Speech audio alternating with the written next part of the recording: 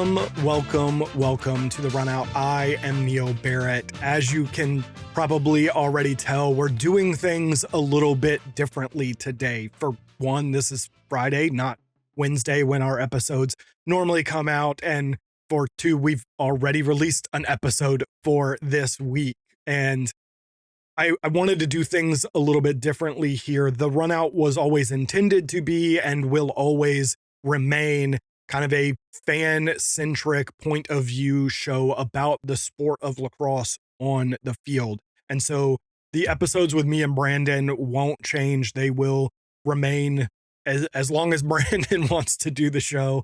But the Run Out should remain that for all times. But I think podcasting without doing any interviews and talking to other people and getting other ideas is not necessarily the best way to grow a podcast. So I've been wanting to do some more interviews, but it's really hard with the way that Brandon and I talk about all versions of the game and running, hour and a half episodes pretty much every single week to also try and fit an interview into that schedule. So for a while now, I've been tossing around the idea of doing an additional episode. It will probably not be a weekly thing. My hope is that maybe twice a month, I can throw out an interview episode towards the latter portion of the week, but we will see how that goes because I don't know how much time I can fully commit to that. Right now, I'm in a position where I can record things during the middle of the day on Thursday and get them out on Friday. If that changes, there might be some more difficulty, but we will figure that out as we go. But this will be the start of hopefully a longer series of secondary episodes of the Run Out. And I'm excited about it. There's a few people that I would like to talk to and have a few people lined up that I think you guys will enjoy.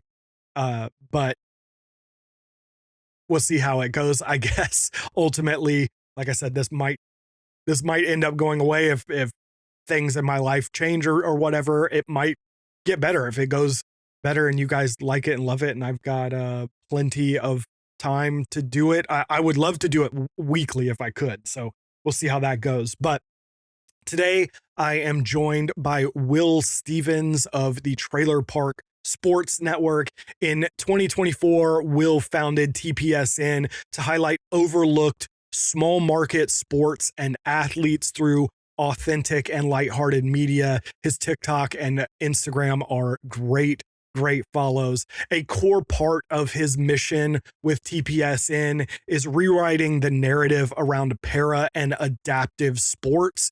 And through TPSN, Will effectively blends niche news with engaging social media content to give those communities a dedicated platform.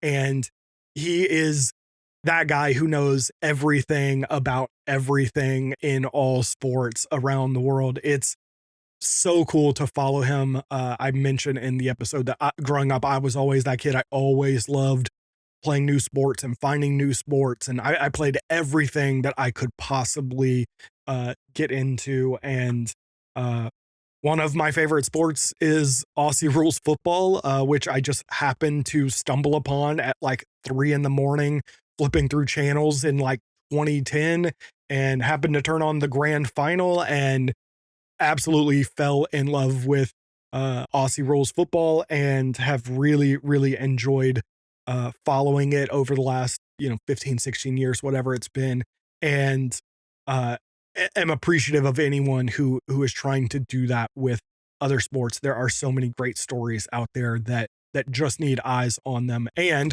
as it relates to lacrosse also being a niche sport, also being something that Will talks about frequently on Trailer Park Sports Network, he's getting so many eyes on the game and talking about the game with such care and reverence that I think it's just a great thing for our sport as well as many of the other sports that he covers.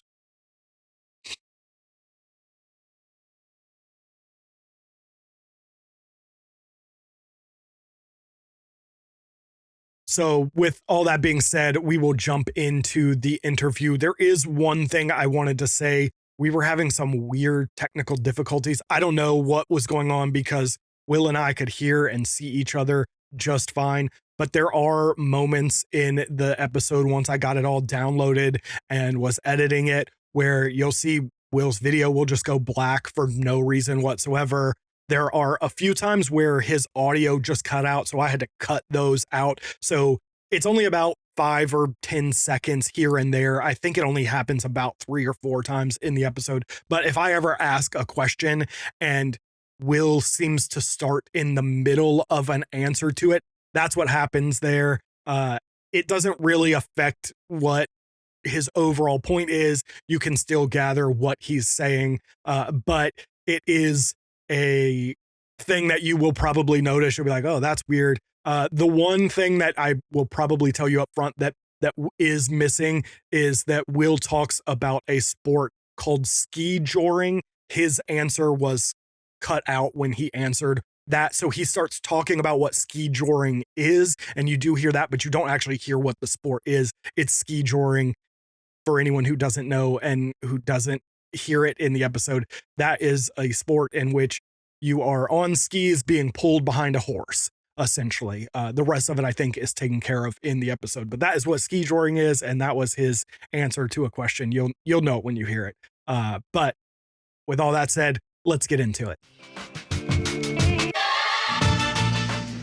What is up, guys? I am here with Will Stevens from Trailer Park Sports Network. What's up, Will?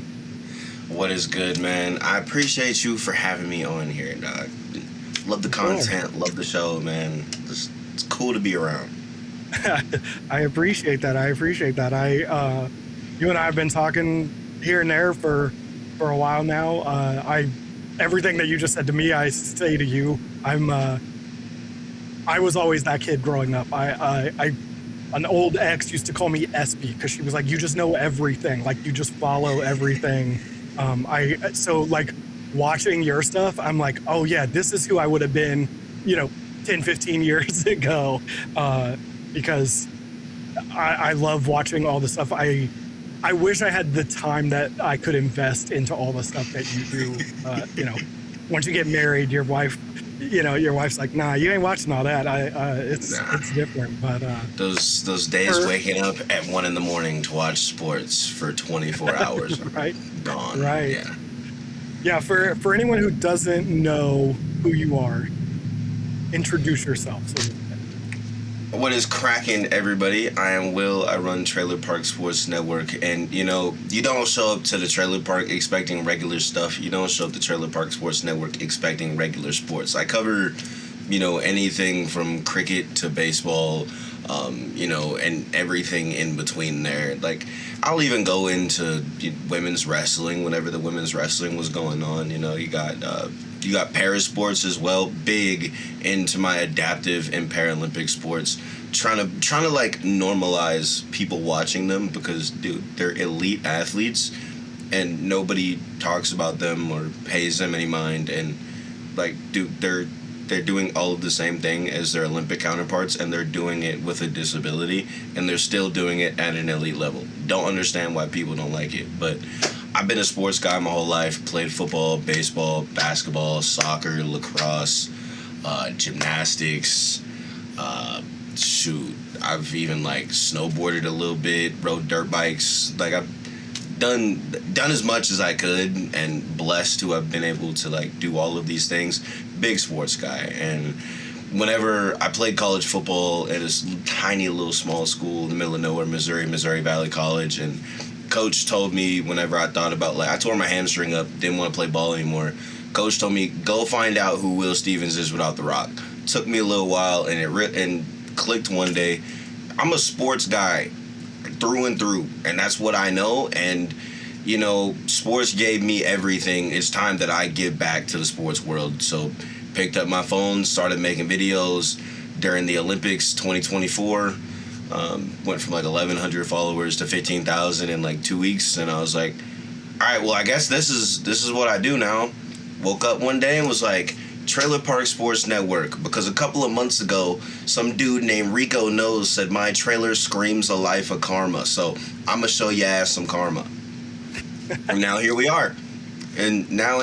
Where I essentially do this full time. I met like Wayne Gretzky and touched the Stanley Cup and got to kick it with Paul Rabel last season. Should be out again this season. It'll be a fun time. Going out big with the San Jose Sharks fans. Didn't realize how big I was with the San Jose Sharks fans, so I went to a game the other day where the Sharks were playing Nashville, in Nashville, mind you. I got swarmed. Like, I got cornered in a section of the stadium, and I was like, so I'm terrified to go to San Jose now. Yeah. If that's what it's like in Nashville, imagine San Jose. Especially because I told them what game I'm going to be at. That's true. That was a mistake. You should have just showed up.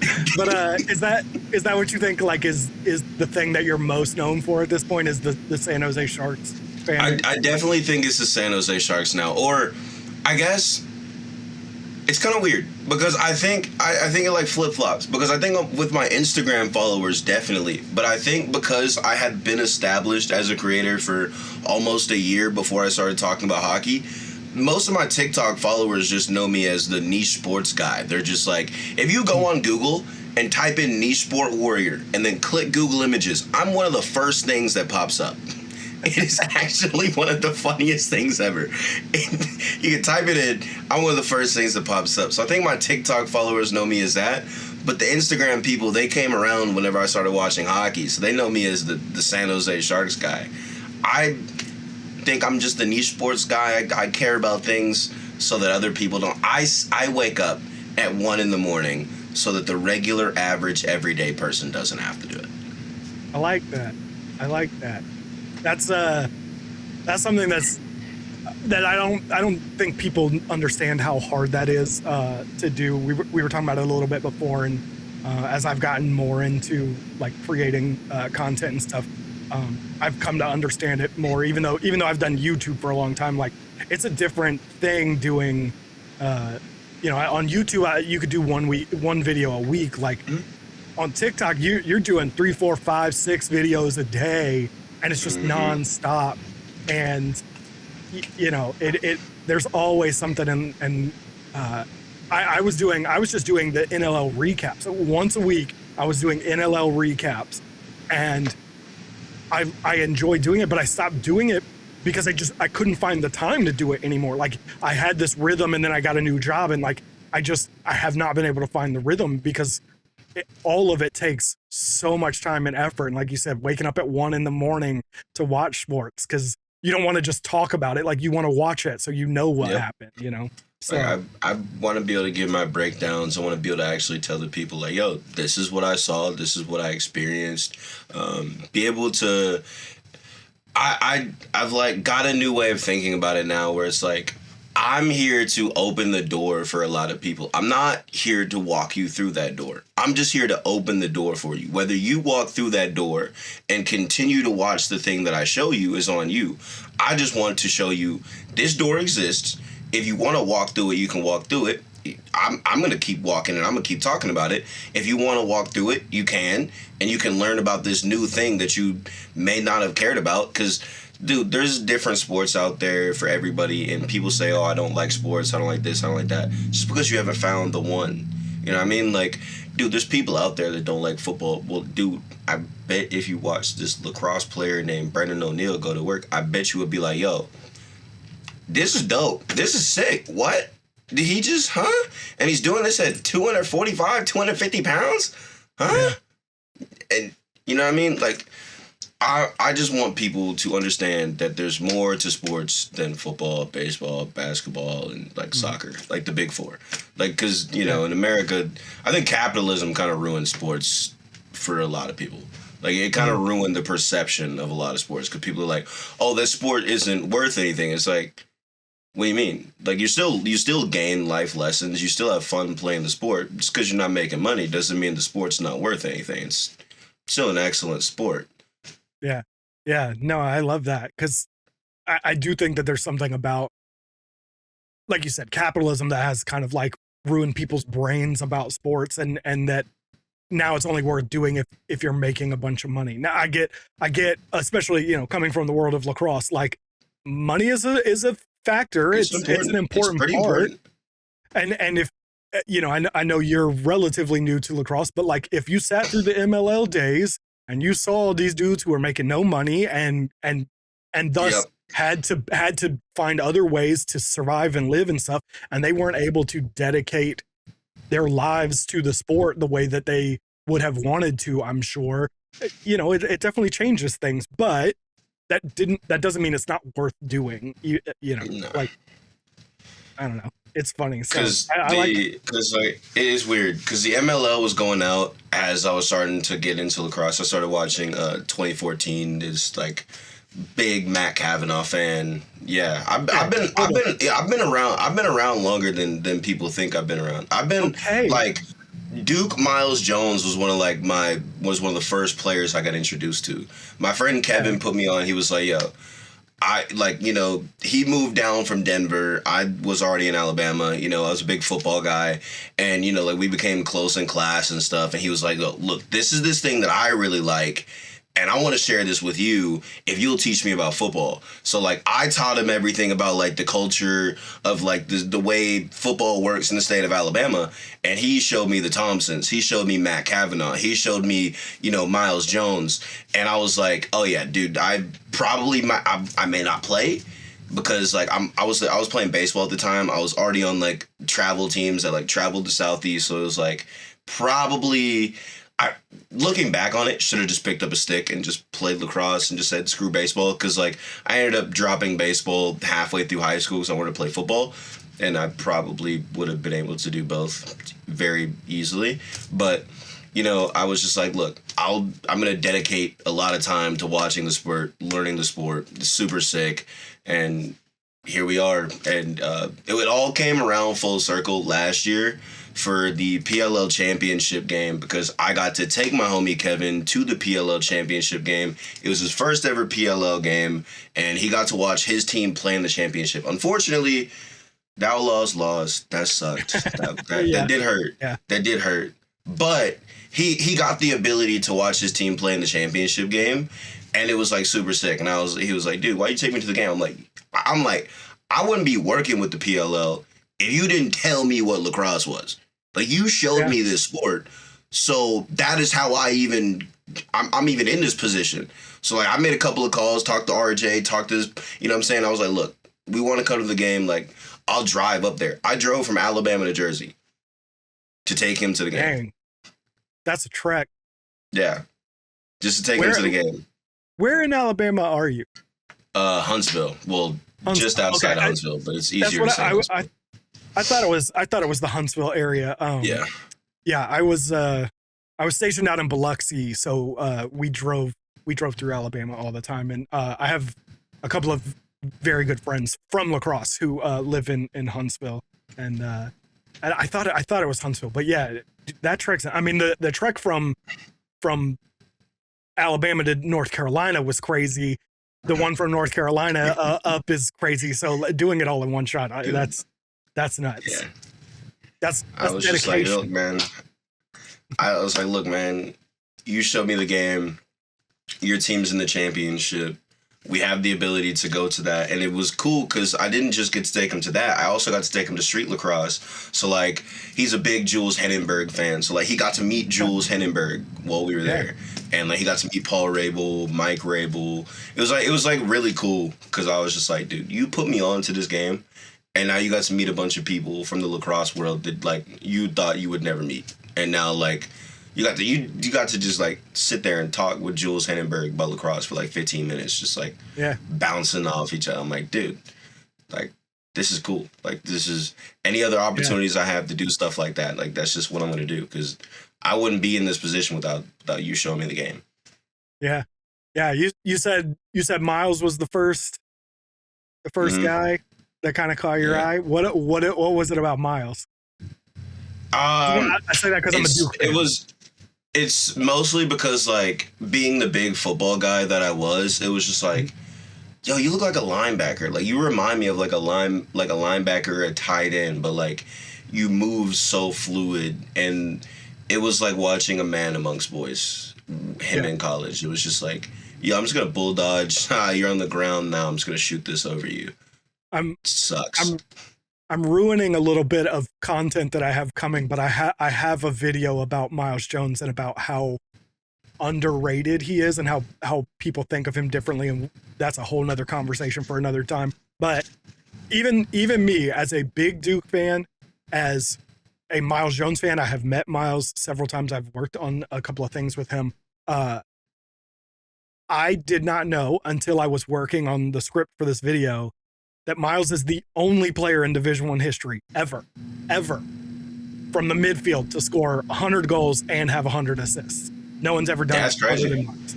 I didn't know it's that. Crazy, and I had no idea. And I have had this thing where I've said, you know, if Miles Jones had the name Tom Schreiber, he would be thought of very, very differently. But I love that. I love that you love Miles. He, like you said, just incredible. And I gotta say, don't love that you love Matt Cavanaugh. But that's another. Look, man, he was a scrappy guy. He was, and as a guy who was an undersized attackman, there's an element of like respect I always have had for Matt Cavanaugh, but I'm always like that. You know, just the Notre Dame Duke stuff. You know how it goes. Like he had a lot of, and like it's so I always loved the way that he played the game. He played real hard. He did the dirty work too. Like it's all of them. I enjoy seeing like dudes that are like attackmen that are like, yo, I'm going to go get this ground ball, and like I'm gonna box your ass out for the ground ball too. Like give me those. You know, I like that. And especially like as somebody that like comes from outside of the sport, like I had like such an appreciation for like people that do those little things, because like the way that I got on the field as a 5'7" receiver was because I blocked.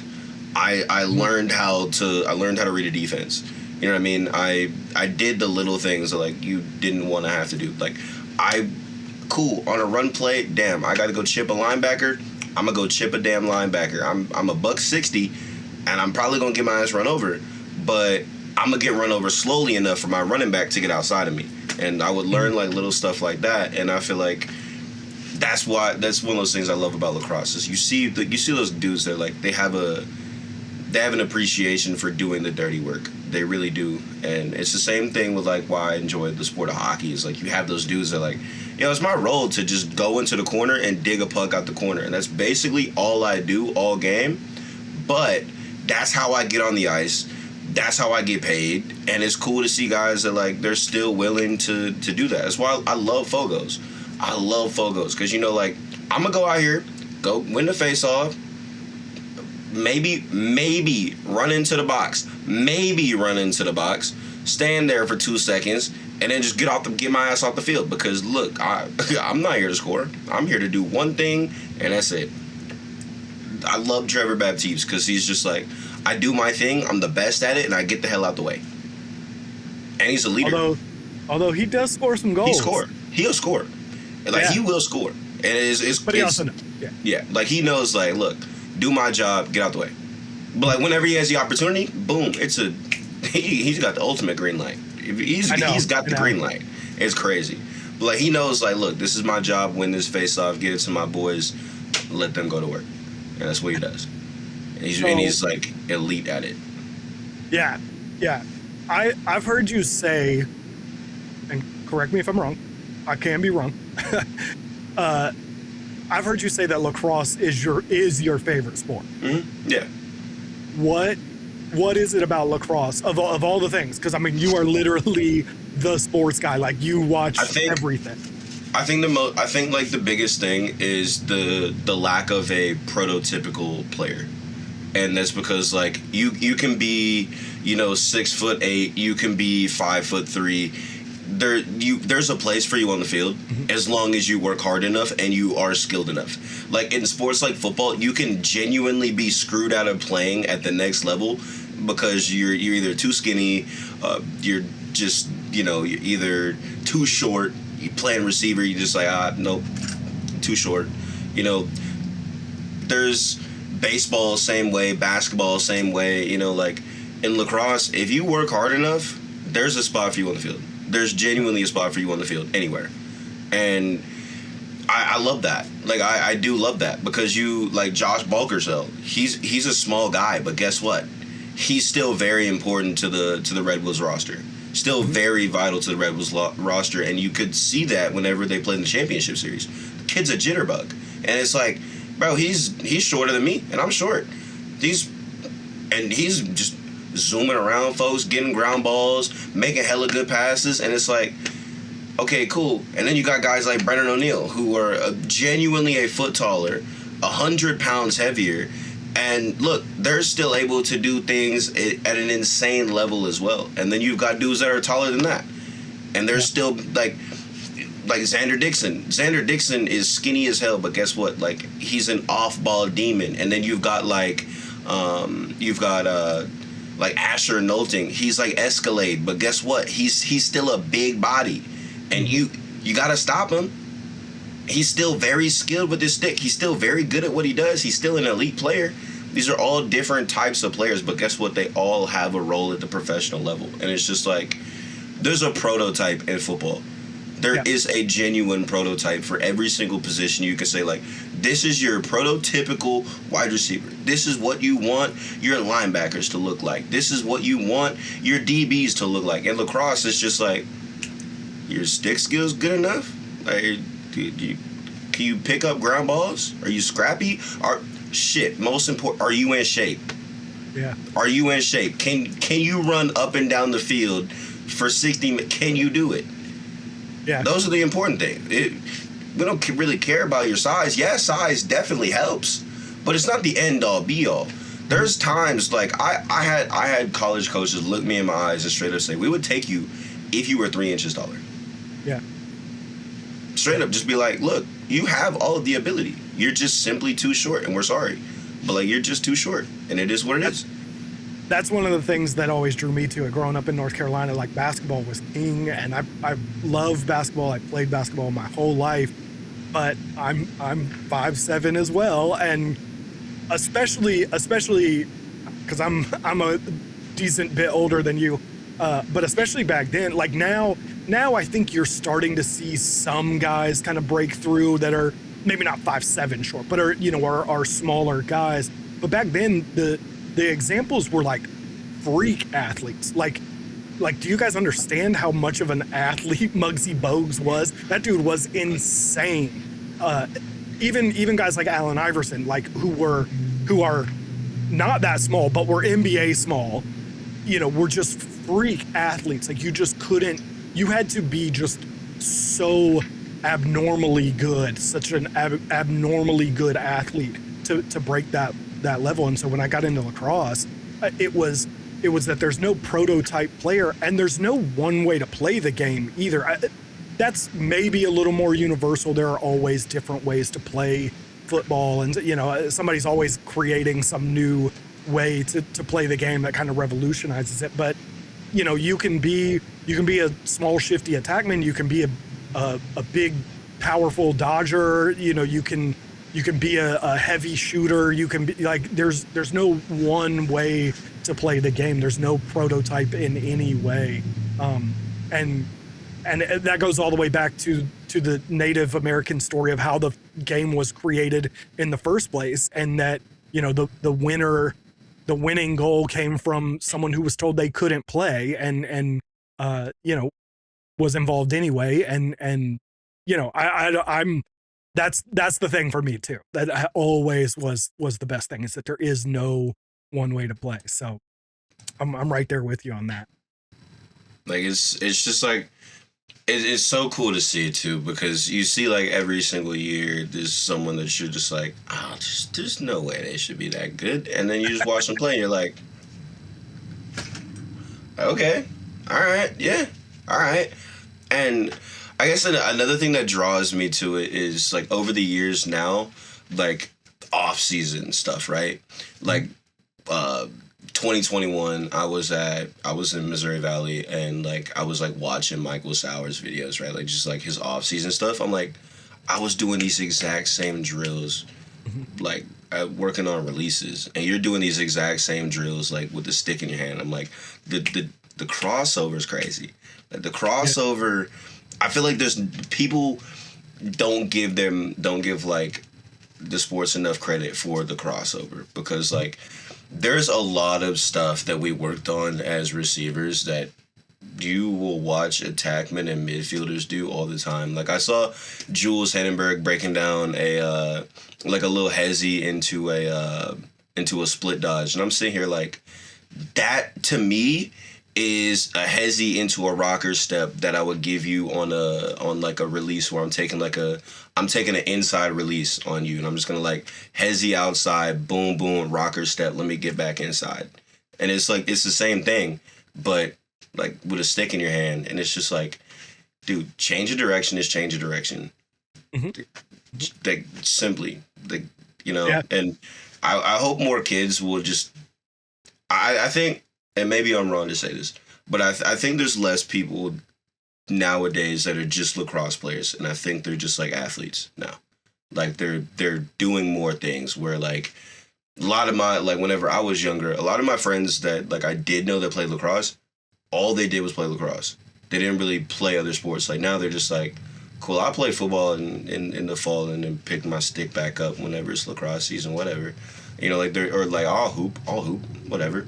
You know, but like now I see more of them doing like, I'll play 2 or 3 sports, but like this one's my main one. And I think like way more athletes, and it's not just in the lacrosse world, I think it's just like across the board. People are deciding like, let me not be a one sport guy or girl. Let me do anything that I can do to try and become a better athlete for the one thing that I do want to make it to the top in. And I think like you're seeing, I think people that focus on one sport, like it just contributes to burnout, and like they hit college and they're just like, it sucks. Like, yeah, I really love this, but like I've been doing it for 16 years now and it sucks. Like, but when you play 5 sports a year, it's like, oh man, it's nice to finally only have one thing to worry about now. Like, that's cool. Yeah. You know? Yeah.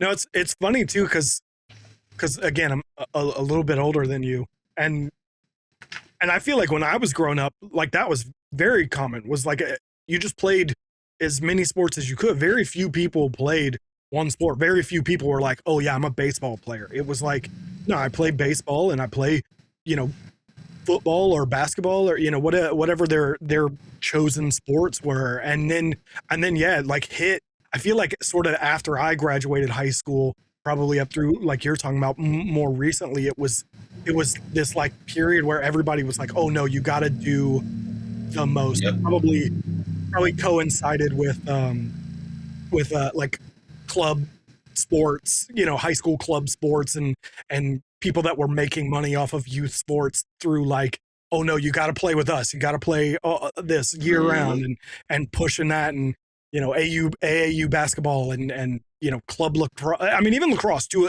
a large degree. It was like, no, you need to play summer with us, you need to play spring with us, you need to play fall with us, stuff like that. You don't go play other things. And it's like, no, especially because, to your earlier point, there aren't movement patterns in lacrosse that are unique to lacrosse. No. Everything that you do in lacrosse, it used to drive me crazy. I used to do gear reviews on YouTube. That was like my thing. And around 2017, Warrior New Balance started putting out lacrosse cleats that they were marketing as the first ever lacrosse cleats, which was bizarre because Warrior had already been making lacrosse cleats for like 10 years. But I was like, there's no movement patterns in lacrosse that are unique to lacrosse.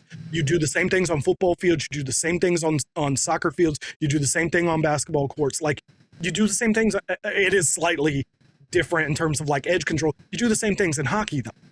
Like that's why there are so many good hockey players who are also good lacrosse players, because so much of the game translates.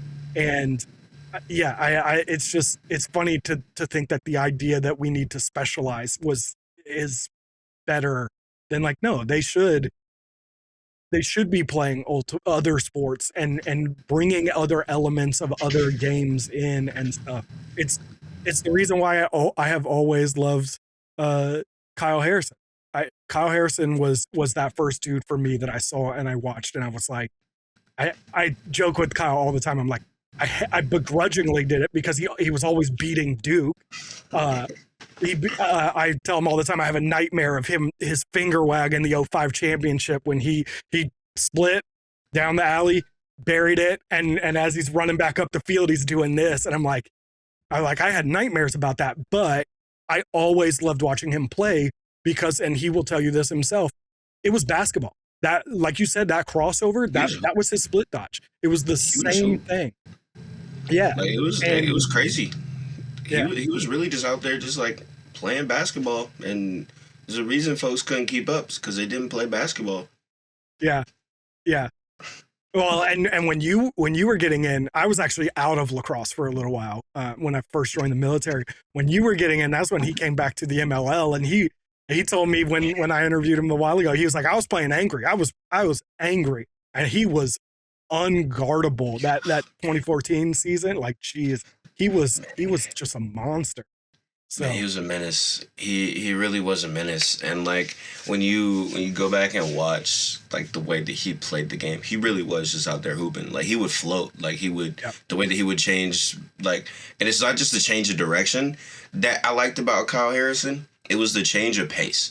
Like it's the same thing with like you see with like Luka in basketball. Like he controlled the pace. Whoever was guarding him did not control this interaction ever. It was Kyle. He was. I'm. All right, bro. Like, you can try and reach, but like, You're gonna learn something. You're gonna learn something every time. You're gonna learn. I just loved. He was the first player I looked at, and I was like, oh, he's seeing it the way I see it. He's seeing the X's and O's and where the space is and what to do the same way I would. Because again, coming from basketball, like it was just the same thing, and so that was like my first kind of lashing on to point was Kyle, again, begrudgingly. But yeah, it's such a great sport because, like you said, I always push back a little bit when people are like, oh yeah, it's a combination of all these sports, and I'm like, no, they got that from us, not the other way around. We didn't pull from them. but yeah, lacrosse was around first. And people forget about that part. Well, and especially basketball, like one of the sports James Naismith like studied was lacrosse. Like, there's elements of it that he pulled in. I don't think it was his biggest influence, but like, yeah, it's there. Have you gotten to do any stuff with the NLL yet? I've been working on it. I'm not gonna make any promises, but I might be going to a Vegas game. Oh, that's cool. That's cool. Yeah. That's a good spot to reached go. out. Yeah, somebody did reach out, but now with the whole going to the Sharks thing, I might need to look at my calendar and make sure that like those dates don't Yeah, with each other. yeah. Yeah. Yeah. I wanted to make it to some Georgia Swarm games this year. Obviously I still have the time, and like I'm a hop, skip, and a freaking jump away from Duluth. It's not that far, like Yeah. 3.5 hours ish. Right. So like, I could make the drive over there. It's just like, dude, Olympics, Paralympics, World Baseball Classic, Championship Series, all of those things, like that, the run from, and like people think this run started February 4th, whenever the curling started at the Olympics. It started back in December, like midway through December, whenever I was starting to like remind everybody, like, hey, the Olympics are coming up, and here's these athletes that you probably forgot existed That's that you true. should probably like lock in with ahead of the game. So like I started my coverage for the Olympics like halfway through December. So like it's been from midway December till like 2 weeks ago of just like straight content, like every single day, trying to get as much out. So like I burnt myself out to where like I almost got myself kicked out of the creator rewards program because like I wasn't putting up numbers because I wasn't posting any videos. I kind of just got carried by the fact that like my Olympic videos were still like getting viewed, so I Doing your didn't get stuff. booted. Yeah, Yeah. so I didn't get booted out. I got booted out of a different rewards program because I didn't post enough of like long format, high quality, 1 minute long videos. So I got kicked out of the specialized rewards program for this month, but like we'll get it back. It is what it is. I'm just dude, the content thing, like it takes a lot more time than people think. And trust, very much not out of touch. I done poured concrete. I didn't worked in an engine plant for 2 years. Like I know what it's like to like genuinely work and like have a job. This does not stack up with that. But like to say that this is just some like easy walk in the park thing is just like is crazy. Like it actually is Yeah. crazy. It is a difficult thing that is very time consuming, but it it's fun and you gotta have as much fun with it as possible. And I just think like I haven't been overly tapped in with the NLL over the past couple weeks because I've just been like, dude, like I just need to focus on what I can. And also Georgia's kind of like slipping a little bit. So I'm just like, man, it'll like they'll be okay if I don't talk about them for a little while. Like it's not going amazing. Listen, man, At least at least I was you gonna do say at all least that Brett stuff. Dobson was Like on TNT though. he That was, was cool. he was. That was cool. That was really cool to see. And at first I thought, man, the Swarm, that seems like such a random team. I completely blanked on the fact that TNT is in Atlanta. I was like, oh yeah, they're the closest team. Yeah, they're right there. They're doing NHL coverage, and so like my brain just goes to like, oh, this studio New show York must or be in like Toronto or New York, yeah, or something. And I'm like, Georgia's so weird. And then I was like, oh wait, TNT, duh, you idiot, Atlanta. So, but yeah, no, that was really cool. But yeah, I wondered how much you had really been in the boxing. The last 6 weeks being what the last 6 weeks are, totally understandable. I just didn't even know. I've been to games before. I Yeah, have okay. been to games before, just not in the past couple of years. Last game that I went to was like 2022 Okay. ish. It's like See, it's been a good minute. you went up to me. I've never been to an NLL game.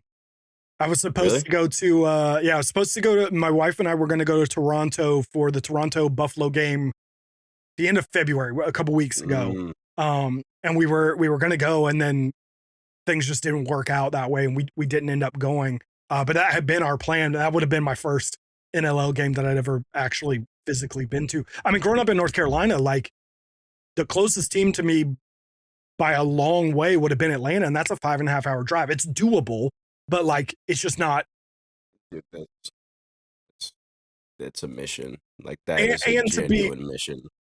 and to be completely honest, I always appreciated the NLL, and I was glad it gave lacrosse players an opportunity. But I wasn't watching it. I wasn't like a fan of it, other than like generally being like, yes, you guys go do your thing. I wasn't watching it. I wasn't invested. I still don't have a team. Like that's been one of the things that Brandon and I have been kind of talking about on the run out regularly, is like me trying to find a team and get that like rooting interest so that I can pay attention. I think I'm leaning towards Toronto, but we'll see what's going on up there. But yeah, so yeah, all that to say, you're doing better than I am. I've never been, so Dude, I try I try to show up to as like many things as I can, and just like I want to experience as much, like as many sporting events and as many different things as possible, just because it's like,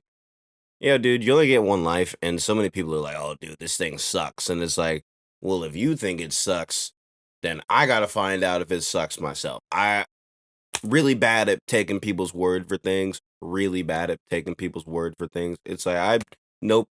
I gotta experience this myself. I was one of those like, you can tell me the stove is hot all you damn want to. I'm going to put my hand on it to find out for myself. I was that kid. I had to touch the stove to realize the stove was hot myself. And like, look, it is what it is. But it you have to experience things. You do. listen, that And that I is a feel like there's self-aware too many statement. people. I can appreciate that. That is a self-aware statement.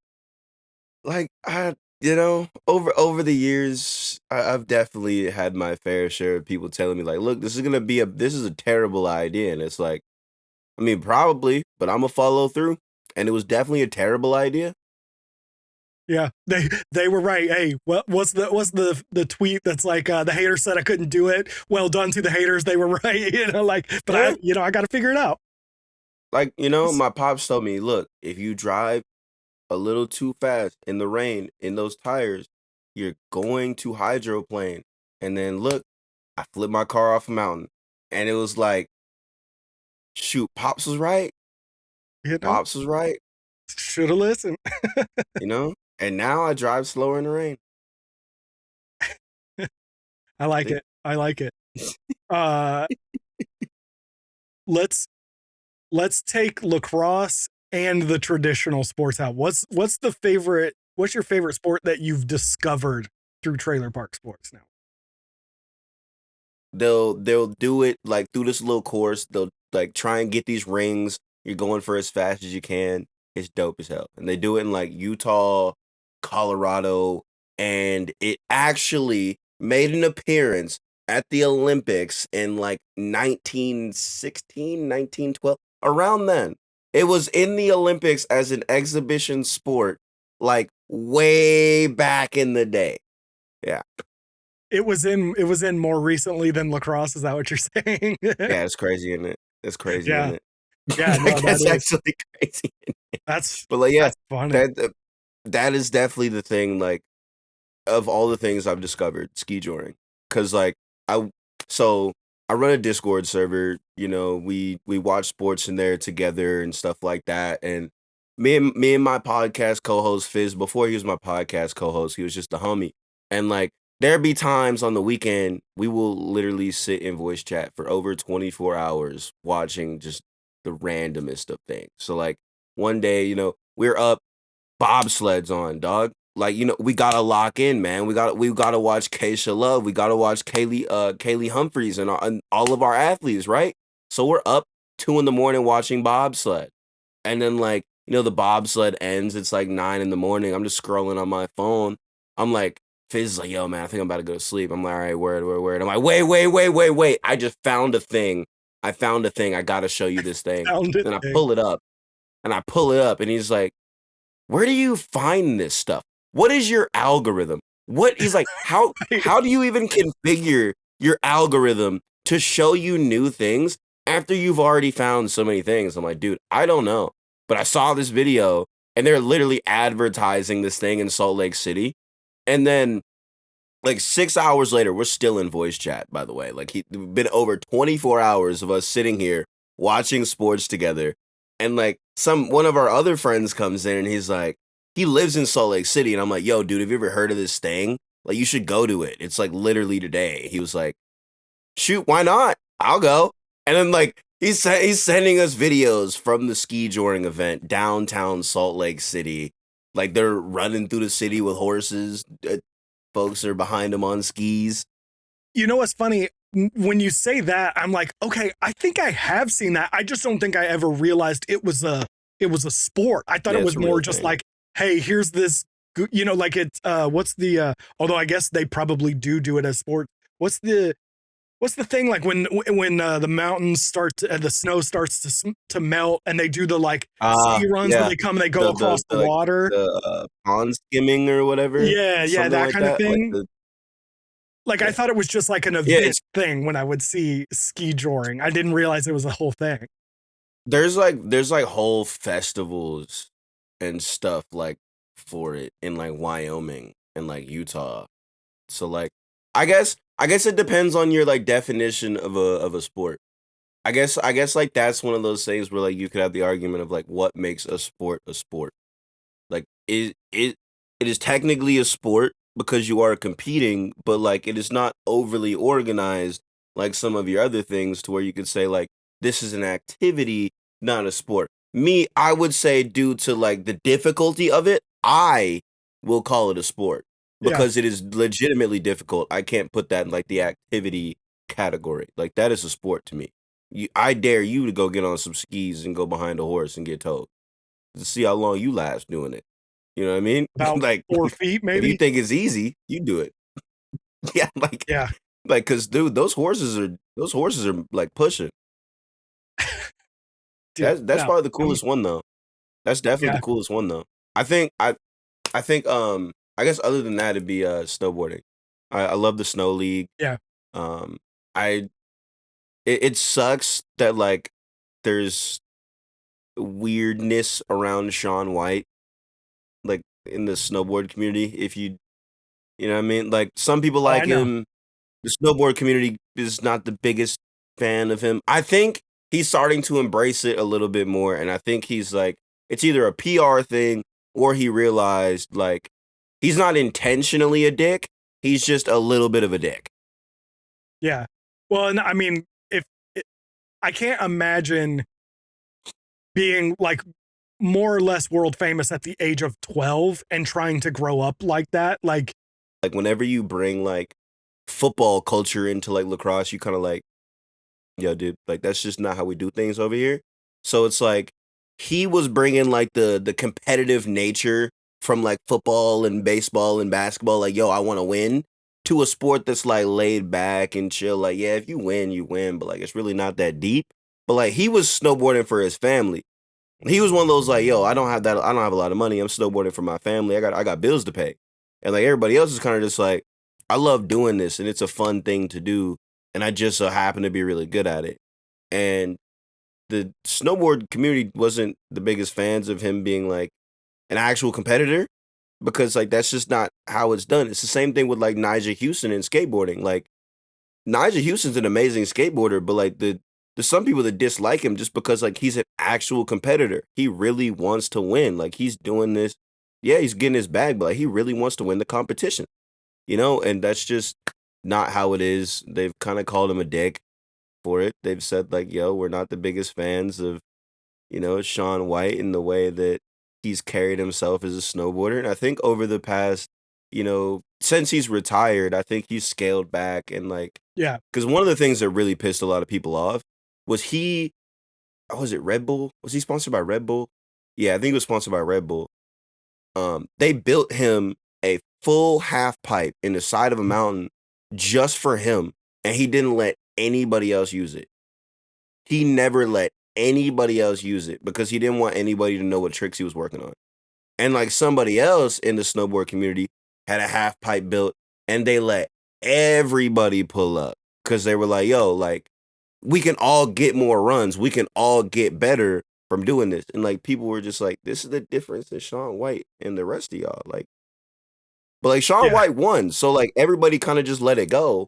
But it was just against what the culture was about. And I think like, was the hate justified? Kinda. But like Shaun was a winner. And he showed that he was a winner. So like I understand both sides of it. Yeah. Yeah. I'm a big Shaun White guy. I actually, oh yeah, I can't pull That's it down fire. far enough. I actually have a phrase that I got on my chest, that came from a Shaun White ad, when I was like really into snowboarding for a while, when I was living in New Mexico and like snowboarding all the time and stuff. That's fire. But it's funny because you were talking about there's a similar thing in lacrosse because when you started talking about it, I was like, you know who else is very similar? Paul Rabel is one of those guys that like He there are lots of he people tried that to don't like, legitimize being a pro. Like he wanted to right, really legitimize being a pro, and right. folks just weren't down with that. Yep.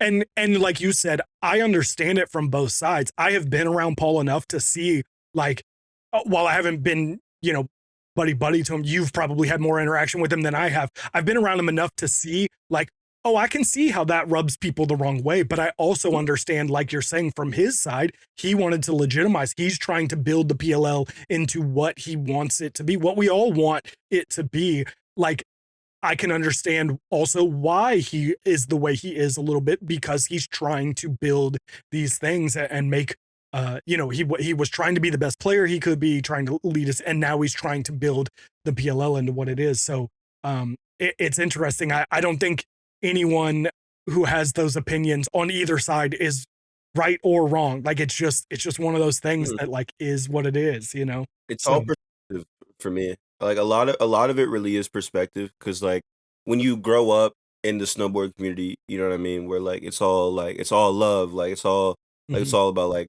it's just about the sesh. It's not about like who does the best trick or this and that. It's just about the sesh, like having fun and everything. Like when this one dude comes in and is like, I'm better than all of y'all, and I'm gonna show you I'm better than all of y'all. It's like, oh, well, you're kind of kind of rude. Like, not what this is all about, man. Like, hey, but like also like when you understand like, yo, dude, like there's money involved. Like he's trying to win competitions and everything. Like you can understand like the competitive nature is gonna come out. Like that's understood. And it's like the same thing with like Paul and like the rest of the lacrosse community. Like I've been around him enough and like had enough conversation with him to understand like, yo, dude, you just remind me of like other athletes in other sports that like they were just athletes, dude. Like this is just you're competitive. Like that's just what it is. And like some athletes, that's just how they carry themselves. Like that is just purely what it is when you get to a point where you're so good and you're so competitive and like basically the only thing you're chasing is yourself. When you Mhm. get to a point where like at some point in your career, the only thing you can chase is yourself, that's kind of what happened. Like Yeah. you kind of see it. And I feel like it became a bigger deal in like the lacrosse community because like you just don't see it, Right. But like Right. it's nothing against him. He's a from having the conversations with him that I've had with him, like just like on the side, like he's a cool dude. He just reminds me of like so many other athletes that I've met in my life. He's just an athlete.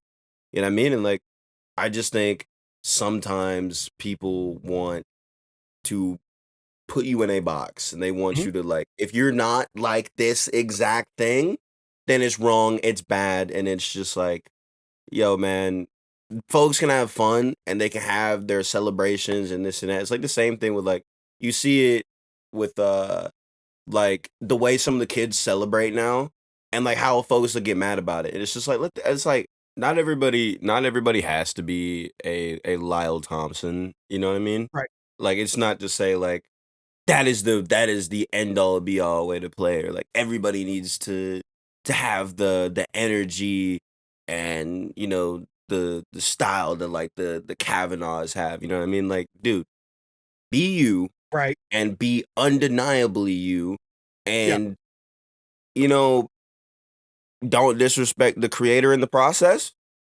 Right. and shaboom, honestly, I feel like that's it. I feel like as You long as you're can be doing you. Ryder Garnsey. You can be flashy. You can play hard and fast and fun, and you can do dead fish shellies and stuff. There's a difference between that and like some of the stuff that we see. You can be Lyle Thompson and be hand the ball back to the ref, the old Emmett Smith, Yeah, hand the ball back to the ref, act like you've been there before kind of thing. You can be anything in between. You know, just just don't, be who you are. like this. Yeah, be who you are. Just don't be just ways to be chill about it. Some of the stuff is a little over the top these days, just a little bit. And like, I Yeah. was a Selly guy. Like, I was a big Selly guy. Like whenever I Okay. was playing baseball, like some of my best baseball years when Odell was like in his prime in the Uh-huh. NFL. So like, I would steal home and hit like Odell Sellies as soon as like when I'm stealing home or like I'd get a double. And you know how like they do celebrations for doubles? Like I would be doing like the craziest celebrations for like extra base hit. And like that's just what I was. You know what I mean? Like this Yeah. is you can have I fun will. and not disrespect the game in the process. But Right. like Right. I was. to that same extent, I would get hit because of that. Yeah. Yeah. I would get targeted because of that. Yeah. Yeah. Those unwritten rules of baseball are no joke. I was the opposite. I was the Lyle Thompson guy that like was here having fun. But I have also always thought that like people should be who they are. And as long as they're not taking Yeah. it too far, like I don't have a problem. It's just been my thing. I was a huge Emmett Smith fan when I was a kid. And the handing the ball off and my favorite all-time player ever is Warwick Dunn.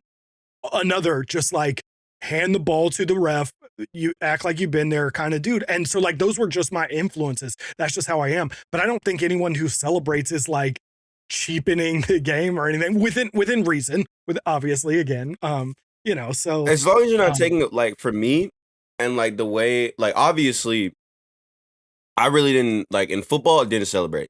because like that was one of those things that like actually was instilled in us as kids. Like you don't do that. Like you just Yeah. look, man. Look, run the ball straight. Like you hit your head on the goalpost. Like that was our thing. Right. Like you hit Right. your head on the goalpost, hand the ball to the officials, stuff like that. Baseball was like a little bit different. It was like, yo, like I'm gonna have fun as much as I can and stuff like Hmm. that. Same thing with like swimming. Like I wanted to be Michael Phelps. If I won a race, like remember how Michael Phelps smacked the water like that? Yeah. Yeah, heck, you had to because like that's just what it was. And I feel like there's passion and like there's Yep. taking a little too far, and passion doesn't take away from your teammates. Like Mhm. I think that's a big thing that the kids need to understand is like you can have passion and celebrate as long as you're not taking away from the team.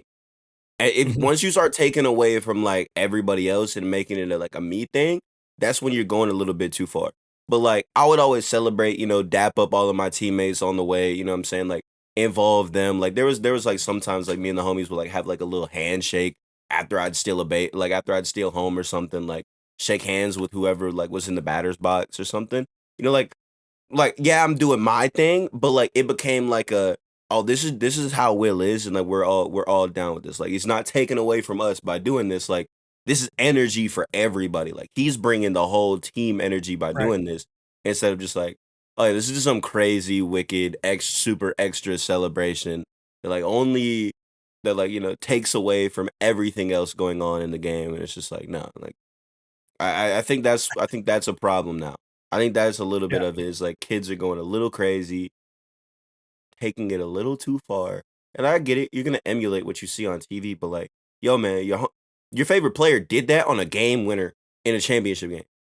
You just scored like you're up 10-0 in the second quarter. Come on, like, calm down. Like, Or calm down. worse, you're down. You Yeah, you yeah, now you scored the 10-1 goal. You're the one. yeah. Like You're yeah, you're the one, and you just freaking threw your glove in the air and started shooting it like Pat yeah. Kavanaugh, and it's just like, hey, man. Right. Like, cool Selly, dope Selly, let's do that to take the lead. You know what I'm Yeah. saying? Like Yeah. they're all My first just my first lacrosse coach used to always say the biggest thing you can do to somebody is point to the scoreboard. Like, yeah, well, I don't care about this nonsense. Look at that. Look at that over there. Like, whatever. Um, let's yeah, let's let's talk about some current lacrosse before I get you out of here. Uh, I know I know we were talking a little bit earlier about UNC women. They were upset last night by Northwestern. I know you were watching that game. I know. I mean, man. as Women's much as that lacrosse is team's been so on a roll, cool. that was 31 or 33 games in a row that was Yeah, snapped. They yeah. had won. It was that one looked like it hurt for Chloe Yeah, Humphrey and company. That was a really good game too. That was game of the year so far on the women's side. Hands down game of the year on the women's side so far. Um, and like it was really wicked to me because like Northwestern has looked not like a regular Northwestern team. They have not looked like the yeah, Lake Show of recent, like still a very good lacrosse team, still obviously a very good lacrosse team, and they showed it yesterday. But it's just like they've been a tad inconsistent. They haven't been that high powered offense that you're used to seeing, and it's just like you would have thought going into that. It's like, all right, dude, yeah, all right. North Carolina is gonna do what North Carolina does. They're gonna yeah, roll. It's gonna, send them pack and do the thing. Nope, was nothing like that. That was a dogfight, start to finish, full fourth quarter game. Had to go into freaking overtime to get the whole thing wrapped up. That was a great game, and yeah, Chloe Humphrey's a special talent, genuinely a special talent. Um, they would have lost that game by like 6 goals without her. Um, that man, and I felt bad for what like at the end of the game because I'm like looking in her eyes. I'm just like, yeah, you just awoke a demon. You guys might have just really, yeah. She needed that loss. She needed that. It was like yeah. a yeah. This is a bring you back to earth loss. You've been on such a tear that like when you win so many games like that, it's like watching like the Alabama teams like that were like winning championships. Like they needed to Mhm. lose. Like the Yeah. really good Alabama teams that won championships, other than 2020, they all lost a game, and it was a game that like they should not have lost, and they needed to lose that game because it's like Right. this brought you back to earth. And like as a coach, the easiest way to prepare your team, like the easiest way to like teach your team on how to get better is by losing a game. Like, yeah, you'd love to win every single game, but it's like it's kind of hard to keep your team from getting complacent when you win 31 games in a row. Yeah. Yeah. You learn more in a loss than you do in a win, you know? Always. You Um, always will. I'm gonna push you on several picks here. We'll start with women's lacrosse since we were just talking about it. Is UNC gonna be the pick? Yeah, that's that. I mean, it feels like I can't pick against them. You know what I mean? Like you would want to after a game like yesterday, like, yo, dude, they're vulnerable, but Right. also they're gonna It remember can this be for the rest of done. the year. They're gonna remember Yeah. this for the rest of the season. Yeah. It's I even with the loss, you know, they still are just a monster team. And like you said, they probably needed it. They needed to like refocus. They needed to get that out of the way. I don't know who.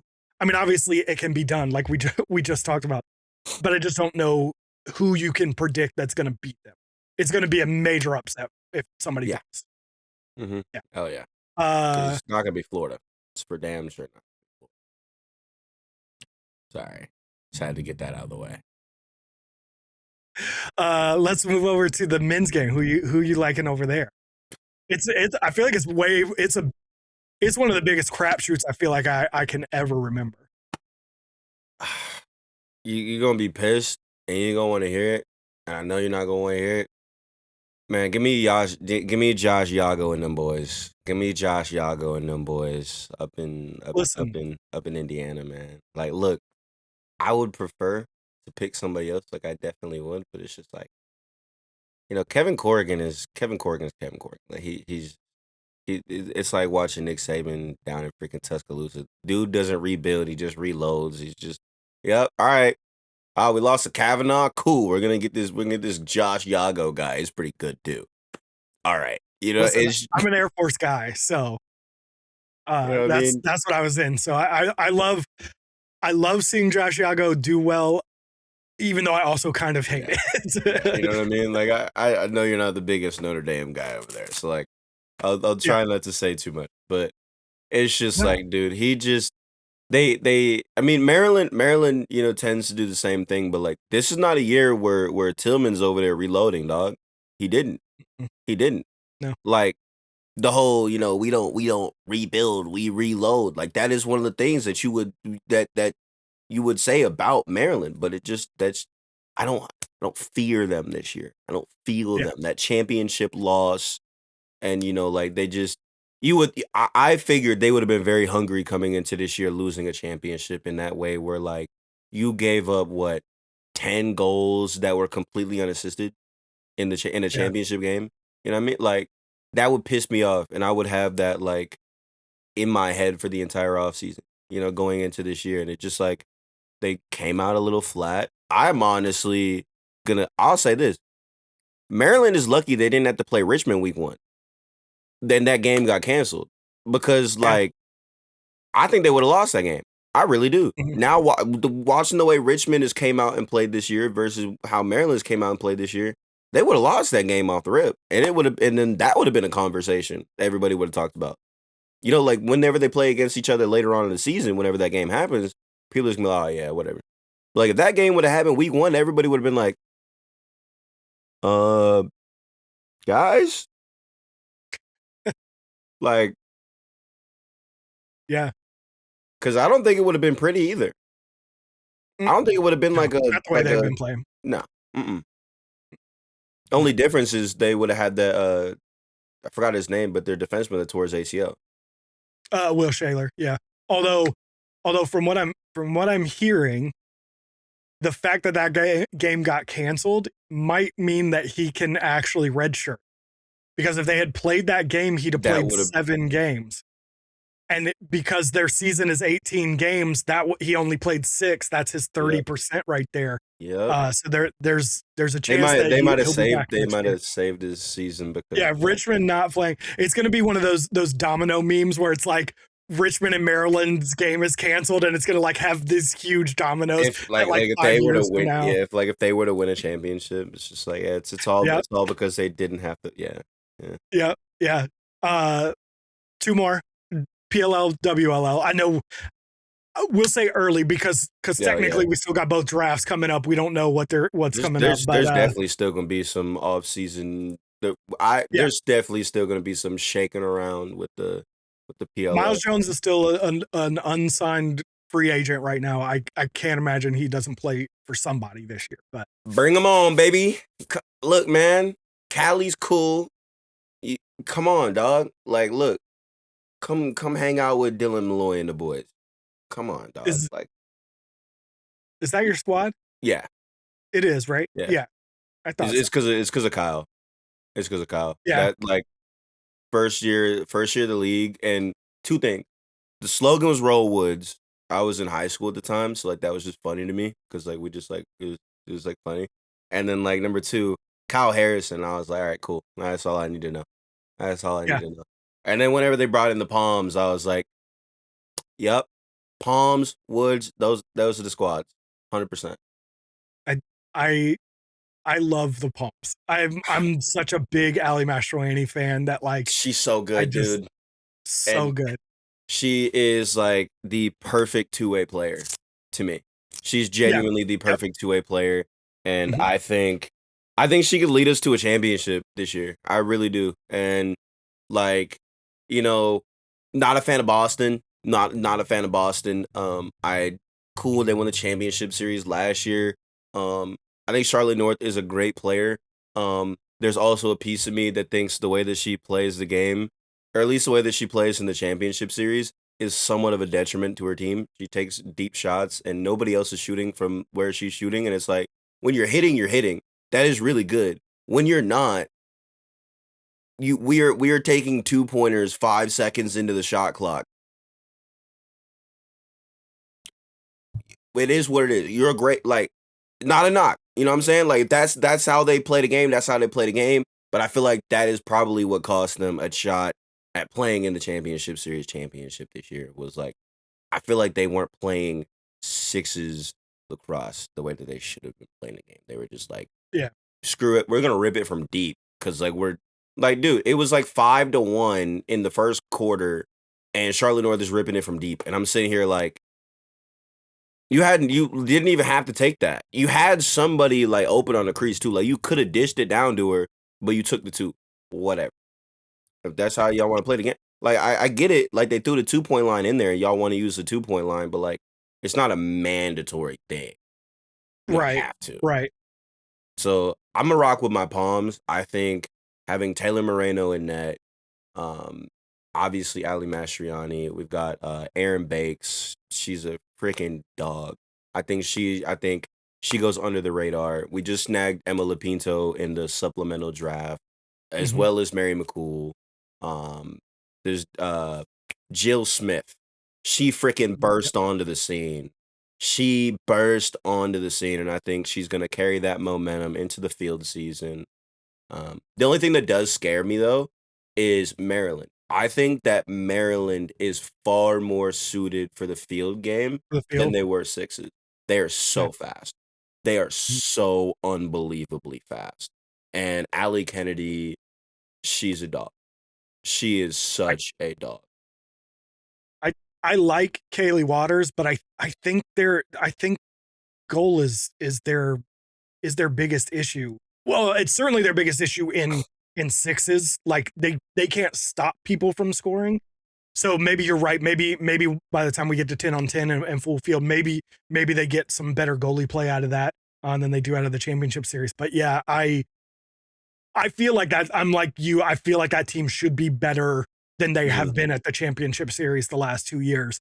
And I was really hoping that like they would end up with Delaney Schweitzer, because I think she is so good. And of course, the Charging drafted her, and I'm like, great, she's just gonna sit on the bench. She may not even dress. Like, sitting in 'Cause that. That's like they the have one team. they have so much talent on that Yeah, charging team. They have so much yeah, talent on that charging team, man. It's absurd. Emily Harris-Chuck is a dog. She is a freaking crazy. shooter. Mhm. She is a freaking shooter. Like, close out on her. She will make you pay for it every time. Yeah. Well, and I feel like they play such good defense. I mean, there's Emily Harris-Chuck, and then there's Izzy Skane, but then I feel like they play such good defense. There's like as a team, like they're so good, and for me, that's the pick because, like you said, I think you know obviously we'll see what happens when they get to 10 on 10, but Yeah. I think Maryland uh, could shock some people, but it would be a bit of a shock. And I think Boston maybe relies a little bit too heavily on Charlotte North's shooting. And if she goes not even cold, but if she just doesn't have a They genuinely go as she goes. They really right, do go as she goes, and if right, she's not having a good game, like, we can pull up every single game that she's played, like, mid to, like, even in the All-Star game. Like, she had a pretty good All-Star game, but, like, they didn't win because they were kinda, like, relying on Charlotte North to carry, and it's like, dude, you know how many other, like, great players you have on this team that you could, like, what what it was what it was a great time. I was happy to be at that All-Star game. That was awesome. That was cool.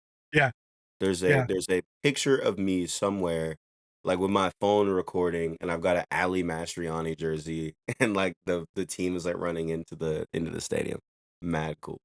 On the men's I side, love though, it. give me Denver. Give me Denver. Okay, I think, okay, um, not just because they made it to the chip last year. It's not just that. It's like there's they have chemistry, and they're, like, building even more chemistry. Um, the defense was, like, wasn't bad, but it wasn't, like, amazing last year, and I think that's something that they're going to actively seek to, like, build up for net figured out. Yeah, Logan McNaney, we're gonna ride that. We're gonna ride that till the wheels fall off. You know what I'm yeah, saying? You've got 4 Towards-on winners on your offense, and you have to fricking pick and choose whether you want Jared Bernhardt to run out of the box or if you want Brendan O'Neill to run out of the box. What a horrible problem to have. You know, like, golly. And then, you also add in the fact you've got Pat Kavanaugh, great feeder. He's got a freaking insane motor. Insane motor. Logan Wisnowski's yeah, dude, that team's gross. That team yeah, really is gross. And I think they're going to improve this year in the draft. So, they're going to get a steal. I don't know who it is.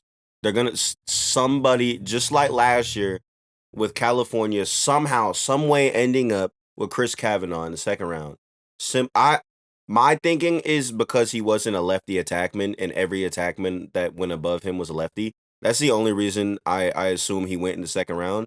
Because you can't really explain to me any other way that he would have fallen to the second round. Like, come on, dog. Like, he, especially, like, with what he did in his rookie yeah, years, like, you let him fall that far. Everybody in it, you know what I mean? And it's just like they're gonna find a way to get a steal because, like, I think this yeah, college draft is still pretty deep. I think it's still a pretty deep draft, and, like, dude, it's so hard in the PLL draft because, like, I think it's so different than some other drafts because they are genuinely drafting based off team need instead of, like, the NFL. You see it like, oh, this is a potentially good guy, we're gonna take him. They don't got time for yeah, that shit. They don't have time for that. They don't have time for that at all. Nuh-uh. We're not wasting our money and time and effort on a potential good guy. No. This is the hole we need to fill. This is the guy we think can do it. That we're gonna go get him. And I think there's gonna be a couple of I feel like they might snag somebody at an Army in, like, a late round that, like, they think nobody else is gonna take, or it's somebody that, like Jackson Iker last year. You know what I mean? Someone at Army, and they're gonna shore up that defense, and it's gonna be disgusting. They're gonna be a terrifying team to deal with. Or yeah. I mean, there's also Utah you're gonna have to deal with too, because Utah's not bad in any way, shape, or form, and they somehow got the number 1 pick. Yeah. Yeah. Yeah, no, I think they'll be more like they were in 23 and 24 than they were in 25. They'll be a better team. Tom Schreiber should be healthy. Like Yeah, they'll, he was just hurt. they'll pick up a couple of guys. They're the word out there is that Graham Hossack is not returning, which will be a huge miss, but they will get. I'm with you. I think that they having the number 1 pick, which appears to be because even by most like hardcore, it ain't going to be him fans. Like I don't know who you would pick now, but it looks like it'll be Joey Spallina, and then they'll still probably pick up another pole, maybe another midfielder. Like they will figure some stuff out, and they should be significantly better. I don't hate the idea that Utah is going to be up there. Mm. So And I mean, it's on like the WLL side is a little bit easier for me to think about than the PLL side, simply because like the PLL is a freaking crapshoot. it is. Like, dude, everybody in the league has that's why like me and my friends are so annoyed playing PLL fantasy sometimes, because literally any player in that league can go for 6 points in a game at any point. Any of Yeah. them, anyone in that league can go off at any point. So it's like, dude, you know, Maryland was kind of shaky at times. Bro, they could just return to year 1, year 2 form of the PLL and just go win the dang thing.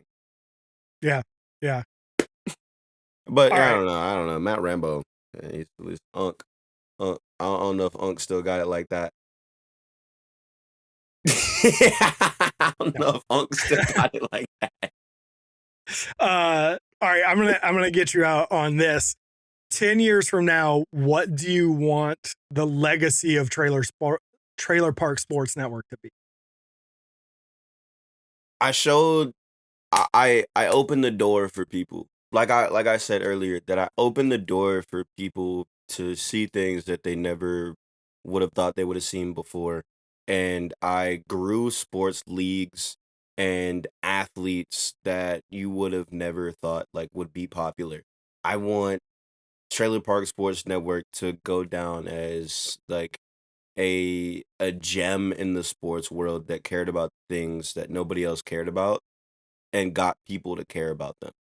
Like I want to be I want to be able to start like a para sports network. You know what I mean? Like an actual channel where you can go and here's adaptive and para sports. Here's pro sled hockey. Here's pro wheelchair basketball. Here's, para track and field whenever nationals are going on. It'll be there. Like, that's what I want.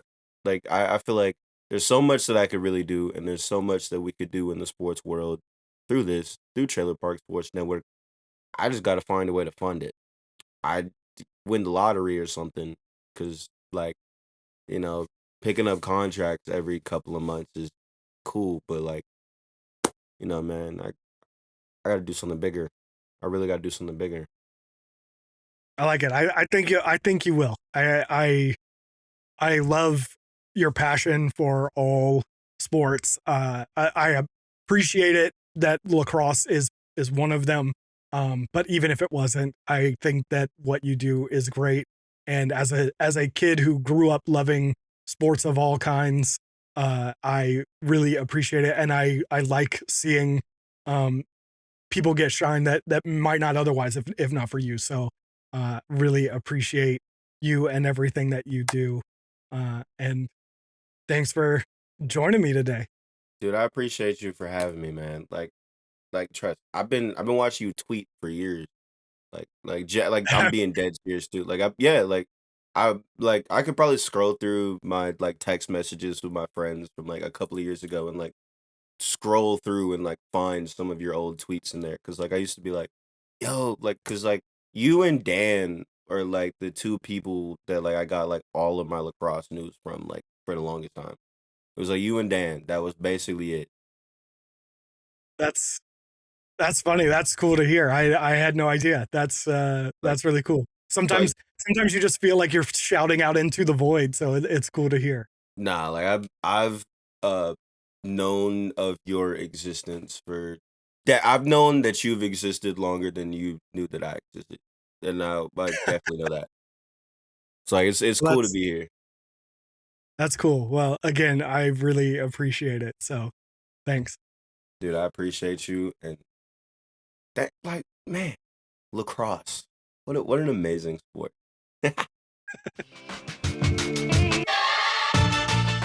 A huge, huge thank you to Will for coming on the show and talking about what he's doing with TPSN, talking about the game of lacrosse with me. I think what he is doing over at Trailer Park Sports Network is so important for the growth of our game and the other games that he covers in all aspects of sporting life.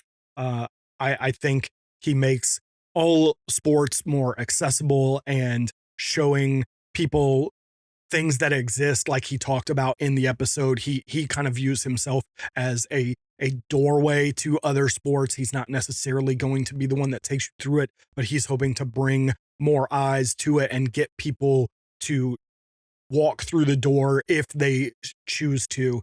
And I just love talking to him about lacrosse. I think you can see very clearly the passion that he has for the sport and the way that he covers it. And so I really, really enjoyed talking to Will. So make sure that you guys go follow everything Will is doing with TPSN. You can find him on pretty much all social media platforms at Trailer Park Sports Network. He has a YouTube channel, a podcast, TikTok, Instagram, all of those kinds of things, even a Twitter handle, and take part in what it is that he's trying to build, and watch the lacrosse content that he's posting, watch the para sports content that he's posting. He does some incredible work over there, and hopefully he gets a little bit of a break. I know it has been a crazy 6 weeks from him. I think he talked about it a little bit at the beginning of our interview, but it really has been a crazy, crazy few months for him since really the end of December, running through the Olympics, the Paralympics, the championship series. He had several other things he mentioned going through. So he does a great job of highlighting sports and athletes that usually get overlooked by the bigger networks. So definitely follow along with that. And that is going to do it for this episode of the Run Out. If you want to keep the conversation going, the best place to do that is the Lax Lifers Club. That is our community for fans, by fans, and at its core is a free Discord where you can talk all versions of lacrosse with other lifers who care about the game as much as you do. All the details are linked in the show notes or in the description if you are watching on YouTube. You can also find Brandon and I on social media. Brandon is at Hoot Sports Media, and I am Neil Barrett. Wherever you are listening, make sure you're subscribed. And if you have a second to rate or review the show, it genuinely helps us more than you probably realize. And with that, as always, I will say until next time, we'll catch you in the comments.